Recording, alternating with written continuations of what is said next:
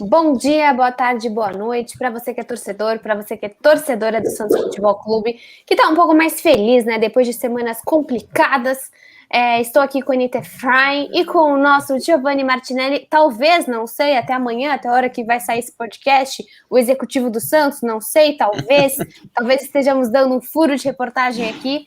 Mas a audiência pede Giovanni Martinelli como o diretor de futebol do Santos. A gente vai falar muito sobre o cargo, sobre a importância, brincadeiras à parte, que não são tão brincadeiras, mas é extremamente relevante e acho até que poderíamos falar também algo que não estava no script, mas da possível saída aí do Frazão, porque a gente tem o outro diretor, né? O Santos aí podendo ser um time sem um diretor de futebol e de marketing, coisas bem pouco importantes aí para o mundo do futebol nesse momento. Bom dia, boa tarde, boa noite, Anitta Efraim. Bom dia, boa tarde, boa noite, Isabel Nascimento, Giovanni Martinelli, muito bem-vindo. Normalmente é você que nos dá boas-vindas no seu canal, hoje você está aqui no nosso. E, bom, junto com o meu bom dia, boa tarde, boa noite, já começa respondendo do começo para o nosso ouvinte o que faz um diretor de futebol num clube. Boa noite, Bel. Boa noite não, né? Não sei se vocês estão ouvindo durante o dia.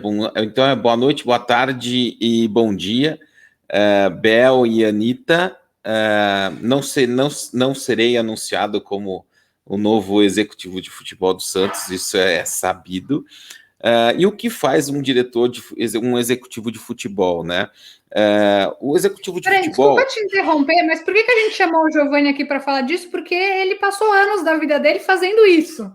Só para quem não conhece, a gente acha que todo mundo conhece, né, o passado do Giovanni, mas ele passou alguns anos fazendo isso. Conta também, Giovanni, por onde você passou e o que você fazia. Desculpa te interromper, mas para dar o contexto. Então, eu acho que é até legal contextualizar essa função, e eu vou contextualizar falando um pouquinho da minha experiência, né?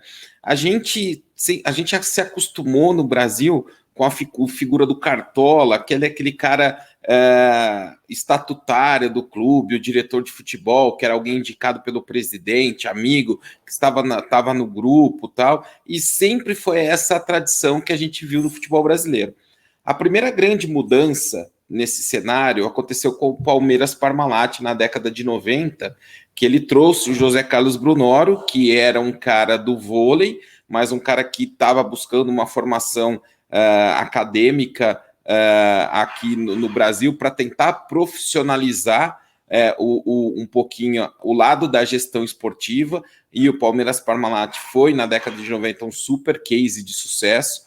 Aí, a partir dos anos 2000, os clubes começaram a entender a importância de ter esse profissional mais qualificado, mais preparado, com uma formação acadêmica para tomar conta do departamento de futebol. A legislação, com a mudança da Lei Pelé, a legislação mudou muito, então algumas práticas que aconteciam antes da Lei Pelé não podiam mais ser repetidas, então precisava de gente que pudesse entender, né? A gente lembra, eu vou dar um exemplo para vocês são mais jovens do que eu, antes da Lei Pelé, era uma coisa assim, você podia ficar sem pagar o seu jogador, porque no final ia acabar o contrato, ele estava preso, mesmo assim, se alguém quisesse contratar o jogador, tinha que pagar o valor que você achasse que seria interessante. Então, com o fim da Lei Pelé, esse tipo de coisa mudou. A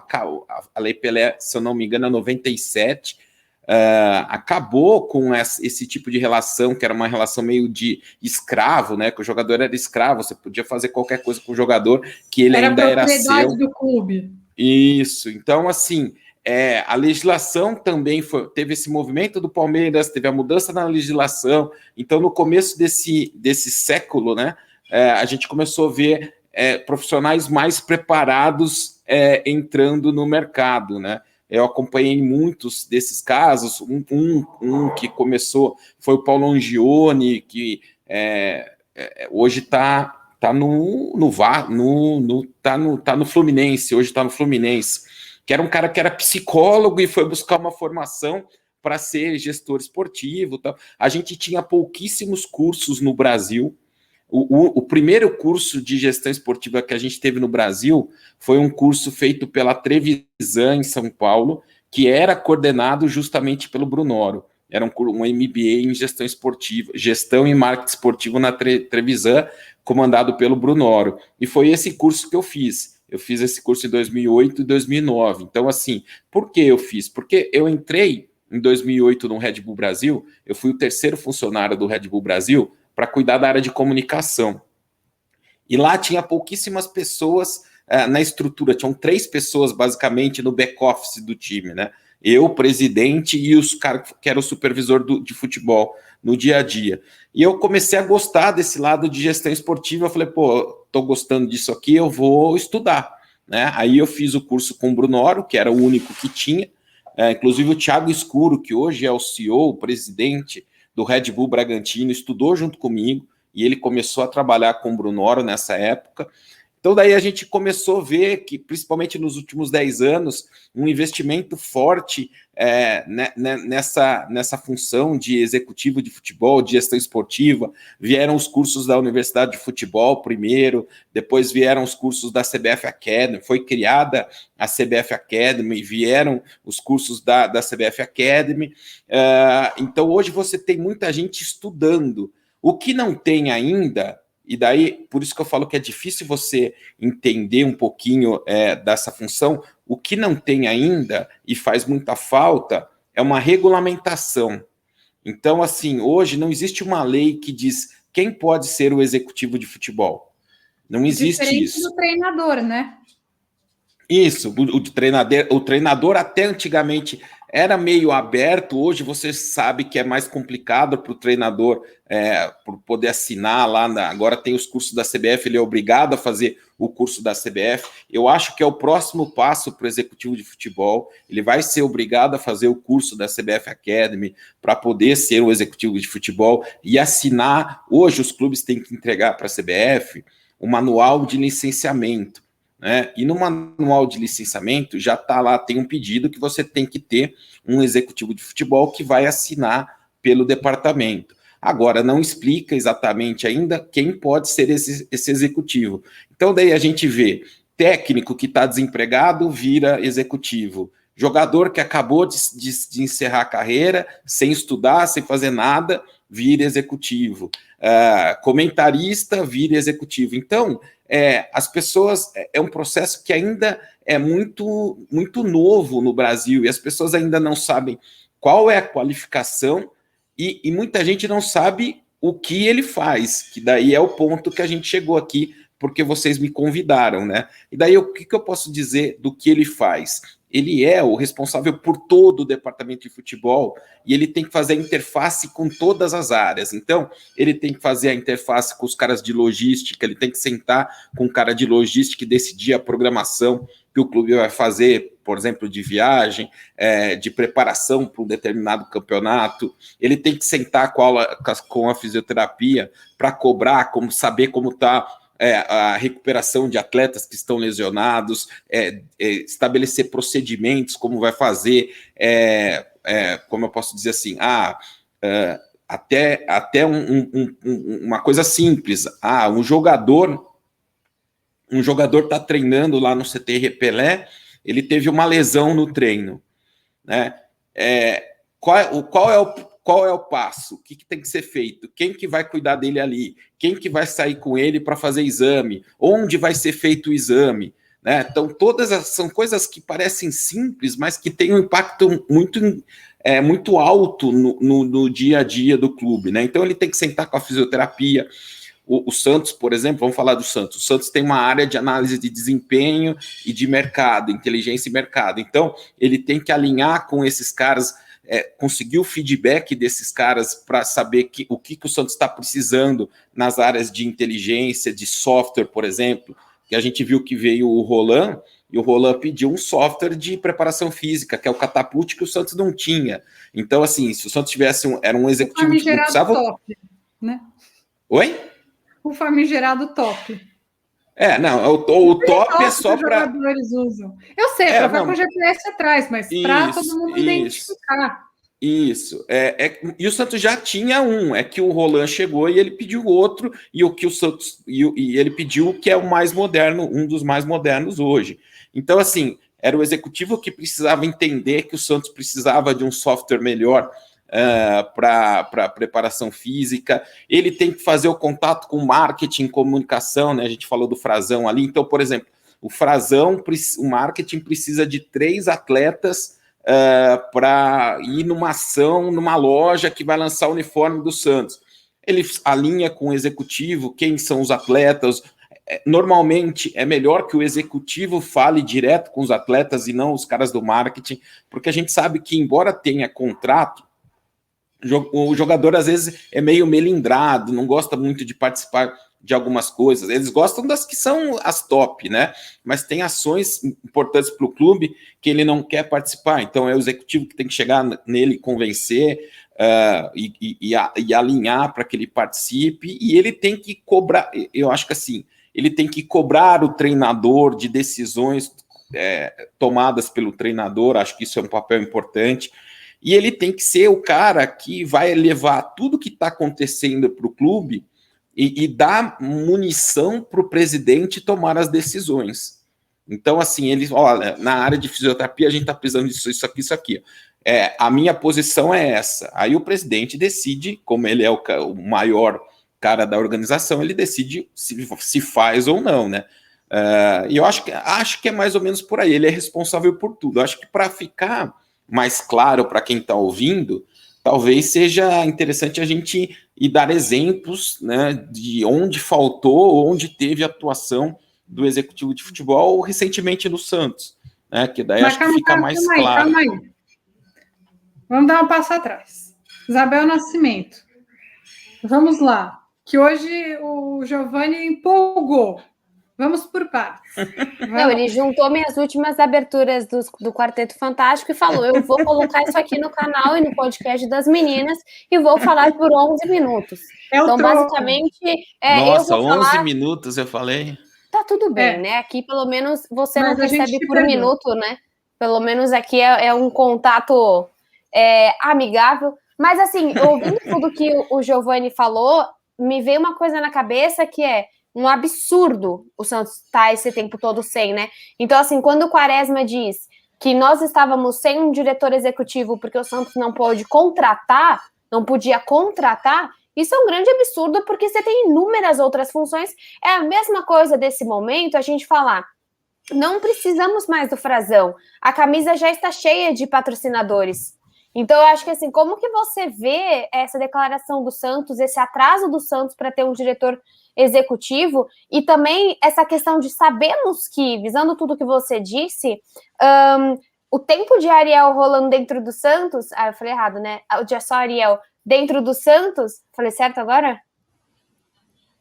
Falou, acho que falou. Eu vou chamar ele de Arielzinho. O tempo dele dentro do Santos poderia ter sido completamente diferente, tendo respaldo. E continuando para deixar minha pergunta maior, que eu adoro jornalista que faz isso, você tinha dentro de um São Paulo, tanto Raí como Lugano, dando um respaldo para Fernando Diniz, que hoje o Santos não tem. Então eu queria assim, que você falasse da demora e também dessa deficiência que um time tem, que o Santos teve com o Ariel e que pode ter com o Diniz sem ter essa ponte, né? Então, por isso que eu tenho costumado falar nas minhas lives que, assim, eu acho que a contratação do Roland não foi um erro e a demissão não foi o Santos não errou na demissão ali, aceitar a demissão. Agora, da entrada à saída, foram muitos erros. Você citou São Paulo, você citou o Raí e o Lugano, mas tinha uma outra pessoa que era fundamental ali dentro do processo, que era o Alexandre Pássaro, que hoje é o executivo do Vasco. Então, assim, no São Paulo eram 3 pessoas. Além de você ter um baita de um Daniel Alves também, né, que faz toda a diferença. Você ter alguém dentro da equipe, acho que o Daniel Alves naquela função também pesava bastante. Então, mas se você olhar para o lado de fora, basicamente o modelo que eu defendo. Porque qual que é o modelo que eu defendo, na verdade, é o modelo do Palmeiras. Se você olha para o modelo do Palmeiras, você tem o Anderson Barros, que é o responsável pelo departamento, é o executivo de futebol, é o cara que faz as negociações de contratação, de renovação, é o cara que é o porta-voz do time, que isso é um papel do executivo de futebol, ser o porta-voz do time, né? Ele tem que ser um anteparo para o presidente. Na hora das crises, é ele que tem que aparecer para dar a satisfação e falar em nome do clube. O Raí cansou de fazer isso no São Paulo, né? Vocês devem lembrar, toda hora tinha uma entrevista do Raí falando alguma coisa. Acho que no último ano do Leco, acho que eu não lembro de ter visto uma entrevista do Leco. Eu vi várias entrevistas do Raí, que ele era o responsável pelo departamento, ele que tinha que se posicionar em nome do clube. Então, o papel do executivo também é esse, se posicionar em nome do clube. Aí, voltando ao Palmeiras, tem o Anderson, que é esse chefe, tem o Cícero Souza, que é o gerente de futebol, que equivalente ao Santos seria o Jorge Andrade. Agora, para mim, o Cícero é o melhor que tem no Brasil hoje, ele é espetacular, que ele cuida da rotina mais do dia a dia ali também com todas as áreas do clube. E o Palmeiras tem o do Dracena hoje, que está lá, que é como se fosse um coordenador técnico, né? Que ele é para ter um contato mais próximo com os jogadores e dar uma visão mais técnica de alguém que esteve dentro do campo. Que no Santos poderia ser o Renato, mas o Renato saiu e não foi esse cara. Então, eu vejo hoje no Santos falta de 2 profissionais. Tanto desse executivo, que é o porta-voz, é o cara que vai comandar tudo, alinhar todos os processos do departamento de futebol, fazer as negociações, quanto de um cara mais com um perfil talvez mais boleiro, que no caso do São Paulo seria o Lugano, por exemplo, né, para estar mais próximo ali do dia a dia do futebol. O Jorge é o papel dele de gerente, que seria o equivalente ao Cícero, né? Então, como você falou do Roland, nossa, eu estou me alongando muito nas respostas, né? Mas assim, como você falou... envolvido, né, Giovanni? Tem um emocional aí, a gente entende. Mas eu vou falar para vocês alguns pontos importantes do Roland, rapidinho, né? Do papel do executivo durante a passagem Roland. Primeiro caso, Madison não poderia ter ficado, isso é o mais claro, né? Não poderia ter ficado fora da lista do Paulista, e isso é responsabilidade do chefe do departamento de futebol, é ele que tem que escolher, não é de qualquer um que vai decidir quem é inscrito no Campeonato Paulista. Não é o Rueda que tem que assumir esse erro, no caso. É o Rueda que vai assumir, é o executivo junto com o técnico, vai falar, nós vamos usar esses jogadores aqui, esses jogadores vão entrar no Campeonato Paulista. Né? É uma coisa conjunta, sempre o executivo ele tem sempre que trabalhar em conjunto com as áreas internas que estão dentro do guarda-chuva dele. Então, no caso da inscrição, tinha que decidir com o técnico como ia fazer. Caso do Soteldo, o Soteldo pediu para ficar na Venezuela. O técnico não vai falar não, isso é por experiência. Né? Não vai falar não, mas tinha que ter um executivo e chegar lá e falar assim, Soteldo, é o seguinte, seria lindo que você pudesse ficar aqui, mas não dá para ficar porque a gente não tem garantia que a gente vai conseguir levar você de volta pela situação que a gente está enfrentando no Brasil. Então, assim, era ele que tinha que tomar essa decisão, aí deixaram a decisão para o técnico, o técnico achou que podia liberar. O técnico não conhece o Brasil, não sabe como está acontecendo aqui. Aí, por exemplo, outros casos, Marinho. O Marinho fez aquela coisa no jogo contra o São Lourenço lá um ato de rebeldia, né? O executivo de futebol tinha que chegar e punir o Marinho, e ter uma punição ao Marinho, né? Ele tinha que ser punido de alguma forma, isso tinha que ser comunicado pelo diretor de futebol, que poderia até falar publicamente sobre o caso pela dimensão que teve. Coisa simples. Marcos Leonardo fez o gol lá, saiu com a camisa do Catapult, né? Que é um absurdo. O Santos ficou 3 anos sem patrocinar Normaster. Aí no gol apareceu o primeiro gol com patrocínio Master e tira a camisa. Então assim. Uma coisa que eu ia perguntar. Fala. Não, só para que nesse caso, esse caso é tão ridículo, porque assim, ele tirou a marca que paga para estar na camisa do Santos e mostrou para todo mundo uma marca que o Santos paga para usar, né? Que o Santos paga para usar o Catapult, né? Então, assim, uma coisa que você e a Abel sempre falam nas nossas lives no quarteto, lá no diário, é que tem essa pecha de que o diretor executivo de futebol é um cara que está lá para contratar jogador. Então, que o Santos não tinha por que ter esse cara, porque ele não contrata jogador. E a gente vê uma figura que ficou muito forte no futebol brasileiro, que até tiveram aí umas informações de que estaria cotado pelo Santos, com o Alexandre Matos. Ele tinha muito essa fama, né, de cara que contrata. Mas o Santos tem muito problema, por exemplo, para renovar contrato. Ter um executivo de futebol também seria importante para essa parte, não de contratar, mas de renovar contrato? Para tudo envolvendo contrato, né? Não só para renovação, esse tipo de negócio, ele tinha que ter alertas, né? Ele tinha que saber, por exemplo, criar processos para impedir que certas coisas pudessem acontecer, como, por exemplo, o Jonathan viajar para jogar na Libertadores com menos de 6 meses de contrato. Isso não podia acontecer. Jogador subir para o profissional para treinar e depois o técnico vai olhar, nossa, ele treinou pra caramba, mas não tem um contrato de profissional com ele, tem contrato de amador. Então, assim, ele tem que ser, não é só discutir a renovação. Tem o caso Sanches, né, também, Giovani, de 2018, os 3-0 do Independente, que foi também uma questão contratual, né, puramente, não, naquele momento não era ausência de um diretor, mas foi uma ausência de um cuidado com esse contrato, né. Então, eu volto, não era nem a questão do contrato, né? Era uma questão de um cartão amarelo que eles não checaram anteriormente. Uma punição da época que ele estava no River Plate. Mas então. Poxa, Giovani, o Independente sabia e nem avisou o Santos. Pois é, então. Mas o presidente do Independente foi jantar com o Pérez e não avisou. Não, eu não acredito. Nem pagou a conta. Parece que essa conta já está em 1 milhão, porque eles não pagaram. E aí tá tendo os juros. Mas você o exemplo que você citou é importante, porque vai casar com o que eu estava falando dos contratos.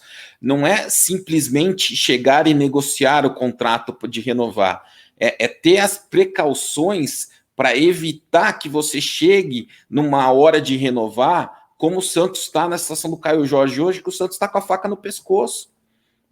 Agora, se tivesse visto lá atrás que isso podia acontecer, se tivesse um executivo que lá atrás tivesse começado essa conversa, a situação hoje seria diferente.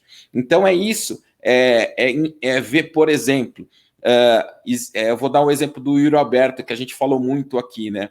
O Yuri Alberto, com o contrato já no fim, o Santos deixou ele para a seleção sub-23, o Santos colocou ele no clássico.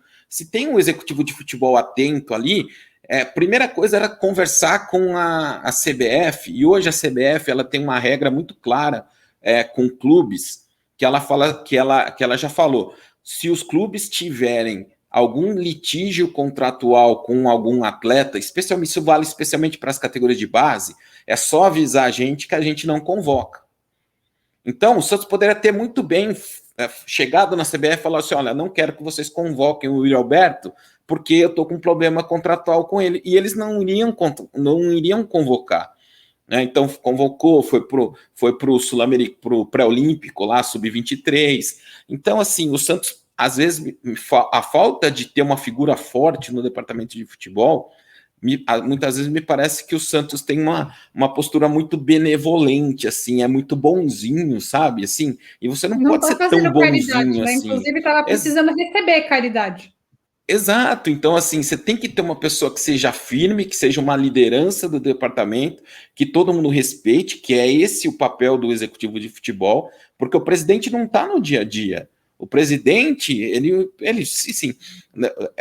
ele talvez num cenário ideal, ele tivesse contato com os jogadores uma vez no começo do ano para apresentar o que é o trabalho, o que é o clube, o que eles esperam, e uma no final do ano. E o dia a dia era com o executivo. O presidente deve ter outras preocupações. Imagina o presidente do Santos, né? O presidente do Santos tem 300 mil preocupações com outros assuntos. Ele tinha que ter um cara de confiança no dia a dia do futebol, que blindasse ali o CT, para ele poder ficar só na Vila. E daí o dia a dia seria entre o presidente e o diretor, para o diretor passar para ele o feedback de tudo que está acontecendo, para tomar as decisões que precisavam ser tomadas, né? Então, talvez seja essa frase que eu usei agora, talvez seja um grande exemplo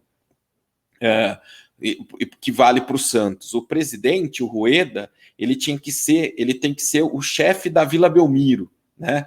E o executivo de futebol tem que ser o presidente do CT Rei Pelé. Então, seria mais ou menos isso, e eles se alinharem ali para resolver as questões, para o executivo passar as questões para o presidente, para que as coisas caminhem, né? E dentro dos nomes que você está observando do Santos, para a gente finalizar, como que você enxerga o Santos? Eu acredito que assim como a busca de um técnico, a busca de um diretor executivo também deve ter uma linha de raciocínio. Você acha que existe, que o Santos está atirando para todo lado? Ele tomou algumas negativas. Existe essa possibilidade do Alexandre Matos, que é uma pessoa super reconhecida por duas coisas, né? Pelo trabalho também no Palmeiras e por gostar de grandes investimentos. E também como você enxerga essa busca pelo Santos também de jogadores, né? A gente viu aí tanto o Zé Roberto, como mesmo um nome que está mais em alta nesse momento é o do David. Só para a última pergunta, como que você enxerga esses nomes do Santos? Então, eu acho que o Santos, depois de todo o processo que teve, ele se convenceu da necessidade de ter um executivo, mas ele ainda não está convencido do que ele espera de um executivo. Porque quando você olha os nomes, você vê que são perfis completamente diferentes, né? A gente soube que o primeiro nome que quase foi aprovado foi o Klaus Câmara, que foi do Cruzeiro, do Sport e do Grêmio, que na verdade ele teria sido aprovado e depois de uma última conversa do Schalke com o CEO do Grêmio, reprovaram o nome dele. Aí depois você vê o Alexandre Matos. Cogitar o Alexandre Matos no Santos, para mim, é no mínimo falta de malícia. E eu vou dizer por quê. Porque todo mundo que trabalha com futebol sabe que em 2022 o Alexandre Matos vai ser o executivo de futebol do Palmeiras com a Leila, presidente do Palmeiras, pela relação que eles têm muito próximo. Então você vai trazer um cara desse, que tem um perfil pavão, perfil de querer contratar, de gastar bastante, para um clube que não tem dinheiro, e vai deixar ele conhecer todos esses contratos do Gabriel Pirani, do Marcos Leonardo, do Kaique Fernandes, do Caio Jorge, de não sei mais quem, com todos os detalhes, para daí que 7 meses ele está no Palmeiras com um caminhão de dinheiro, né? Porque a Leila, na hora que ela assumir como presidente, ela vai, se hoje ela dá um caminhão de dinheiro, ela vai dar uma frota de dinheiro para ela, presidente do Palmeiras. Então, e você vai trazer esse cara para esse cara ter uma relação um dia a dia com os seus jogadores, daqui 7 meses ele tá em outro clube com um caminhão de dinheiro e poder tirar todo mundo do Santos. Para mim seria uma falta de malícia. E daí nos jogadores, você vai para jogadores com perfis completamente diferentes, né? O Zé Roberto é um perfil mais boleirão, vamos dizer assim, né? É aquele mais motivador. O Roque Júnior já é um cara mais sério, né? O David é um cara que, para mim, não sabe o que quer ainda da vida, né? Porque ele já foi empresário, ele já foi técnico, hoje está como sei lá o que no Cruzeiro, já mudou tantas vezes a função dele no Cruzeiro que eu nem sei qual é mais a função dele. Então, para mim, parece que é um cara que ele não sabe o que ele quer, né? Ele já não sabe se ele quer ser técnico, se ele quer ser empresário, se ele quer ser diretor. A gente volta no que eu falei no começo, não existe uma regulamentação da profissão ainda, qualquer um que achar que entende de futebol pode ser o executivo. Isso para mim é muito ruim. Então assim, eu espero o nome, mas eu temo que o Santos tenha trazido um profissional, contrate um profissional só para dar uma resposta para o torcedor, porque o torcedor disse que precisava. Né? Esse para mim é o meu maior temor, sem ter uma convicção do que ele quer desse profissional. Olha, eu só queria lembrar o Santos que precisando, dá para a gente negociar, o Giovani, tudo bem, salário no Diário do Peixe é altíssimo, mas dá para fazer uma negociação. Brincadeiras à parte, acho que é a primeira vez, pelo menos, que a gente conversa sobre 1 milhão de coisas, mas sobre isso especificamente, a gente nunca tinha conversado, eu achei muito esclarecedor. Eu fiquei que nem a Bel, pensando, meu Deus, quantos erros o Santos poderia ter evitado nos últimos 4, 5 anos se tivesse um executivo de futebol, porque não tem, mas não é de hoje. Não tinha na gestão Pérez também. Eu não lembro antes, tá? Mas e essa é uma coisa que até, vou dizer para vocês, o último que eu lembro foi o Fernando Silva, no caso, que foi quem eu votei na eleição. Né? Ele era o homem forte. Você tinha o Ximenes e antes você teve o Paulo Autuori, né? Mas eles eram esse papel? Esse era o papel deles? Então, é que na gestão do Pérez, vocês lembram que mudou muito, né? E daí, assim, e daí até um grande exemplo. Teve o William Thomas, o Gustavo Vieira. Começou com o Gustavo, nomes, né? Começou com o Gustavo e com o William Capita. Lembra do William Capita? Sim. Que era o ex-jogador do Corinthians? A gestão Pérez começou com os dois, o Gustavo ficou 48 dias. Saiu o Gustavo, aí depois veio o Ricardo Gomes, que era o técnico. Já é um perfil diferente. 48 dias, no caso. 48 horas, se eu não me engano. Que acho que demorou. Acho que o Santos ficou um tempo sem, e daí veio o Ricardo Gomes. Né? Aí o Ricardo, que já é um perfil totalmente diferente do Gustavo. Aí, depois, teve mais um que veio. Teve o Paulo Autuori depois, mas antes do Paulo Autuori teve outro. Não, o Paulo Autuori que trouxe o William Thomas. E daí, quando o Paulo Autuori saiu, o William Thomas assumiu. E daí o William Thomas trouxe o Jorge Andrade. Quando ele saiu... O William Thomas, inclusive, para quem não sabe, adorava. Quando o William Thomas saiu, ficou o Jorge Andrade. Então, hoje... O responsável pelo departamento de futebol profissional do Santos era o terceiro ali, né? Porque veio o Paulo, trouxe o William. Aí o William trouxe o Jorge. Aí saiu o Paulo, ficou o William. Aí saiu o William, ficou o Jorge. Então, assim, tá vendo? Tá vendo como estava fora do normal o departamento de futebol do Santos? É só por essa equação, assim, você percebe que estava errado. Ele estava comandado pelo terceiro cara na hierarquia que veio para fazer uma outra função. Esse é o ponto dele, né? Por mais que eles tenha sido quem sobrou ali, ele não é o Jorge Andrade não é o executivo de futebol, ele está num cargo abaixo. Então, enfim, acho que então é isso. Desde que o Autuori saiu, o Santos não tem exatamente uma pessoa nessa função, porque o William Thomas tampouco era o executivo, ele também era o gerente, não era? Porque o Jorge era o gerente da base quando o William Thomas estava lá. Isso, aí o William assumiu, aí o William tomou as decisões, eu não gosto dele por isso, porque ele tomou as decisões como a contratação do Gesualdo, foi uma contratação do William. Quem decidiu a contratação do Gesualdo foi o William.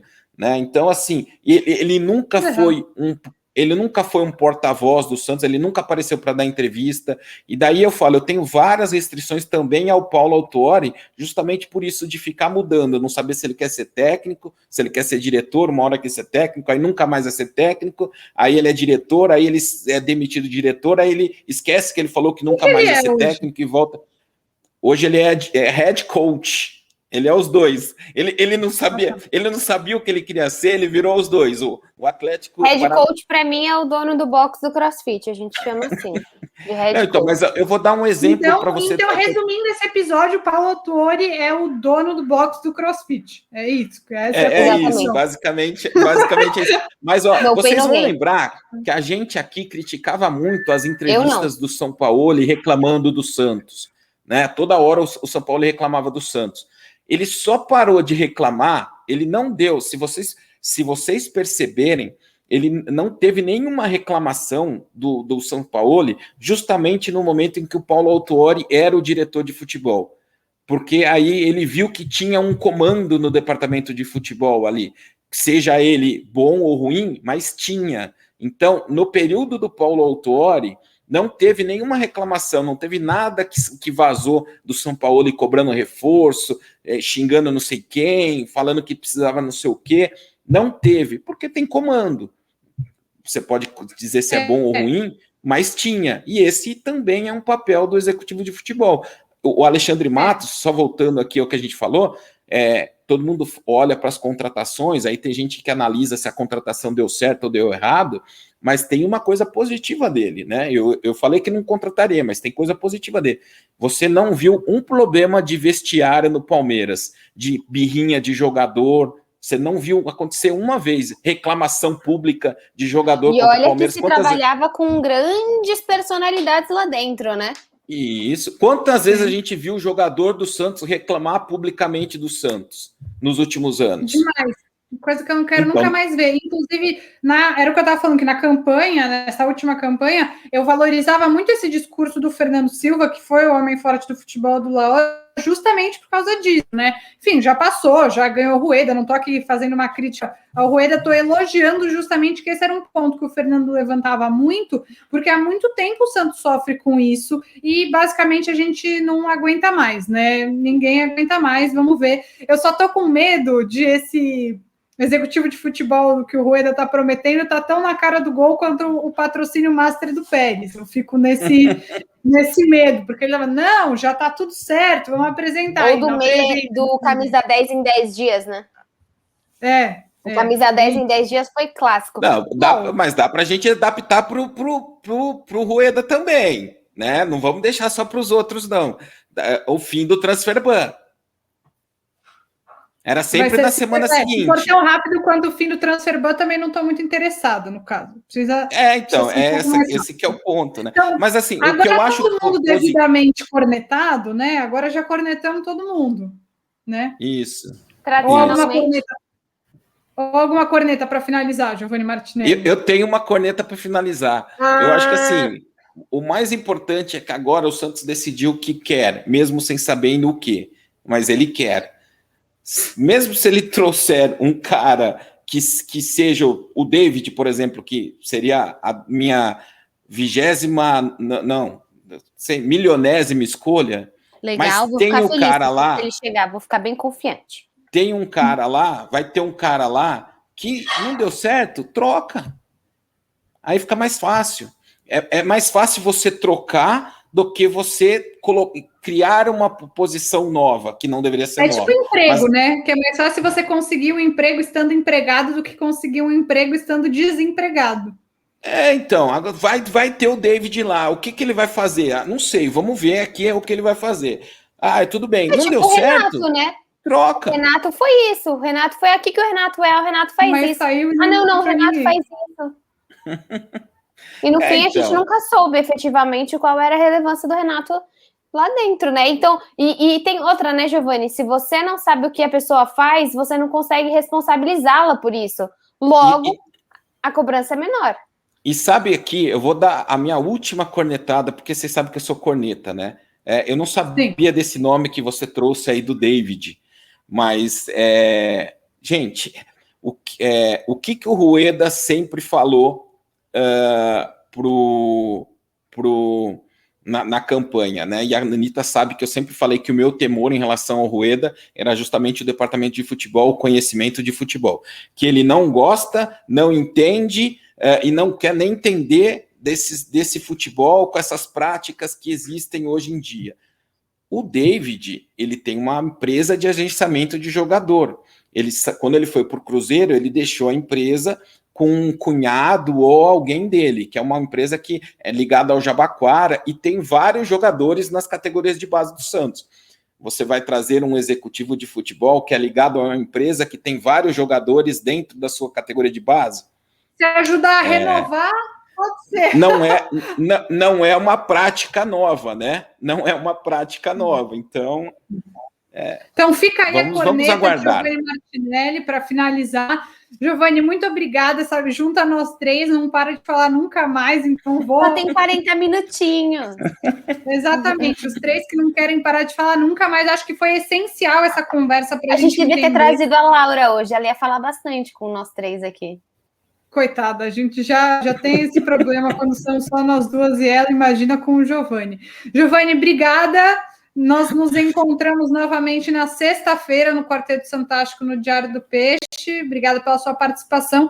A gente sabe que você tem ciúme dos outros convidados, mas você também é sempre bem-vindo. Eu tenho ciúmes mesmo. Eu vejo lá toda hora, nunca sou convidado. Mas faz também, parte. Né? 40 minutos de falar. Caramba, isso aqui é um podcast ou um audiobook? Eu já entendi. Sabe o que é? Porque eu não tô acostumado. Se eu fosse convidado sempre como os amigos. Eu duvido, porque eu falo toda vez. Eu tô aqui toda semana e eu falo pra caramba. Isso não Se eu fosse convidado sempre, se eu fosse convidado sempre como os amiguinhos, aí eu ia saber me portar melhor. Eu não precisava querer falar tudo de uma vez. Foi pra gente, Isabel Nascimento. Ai, já tem que lidar com tchau pra você. Tchau, galera. Valeu.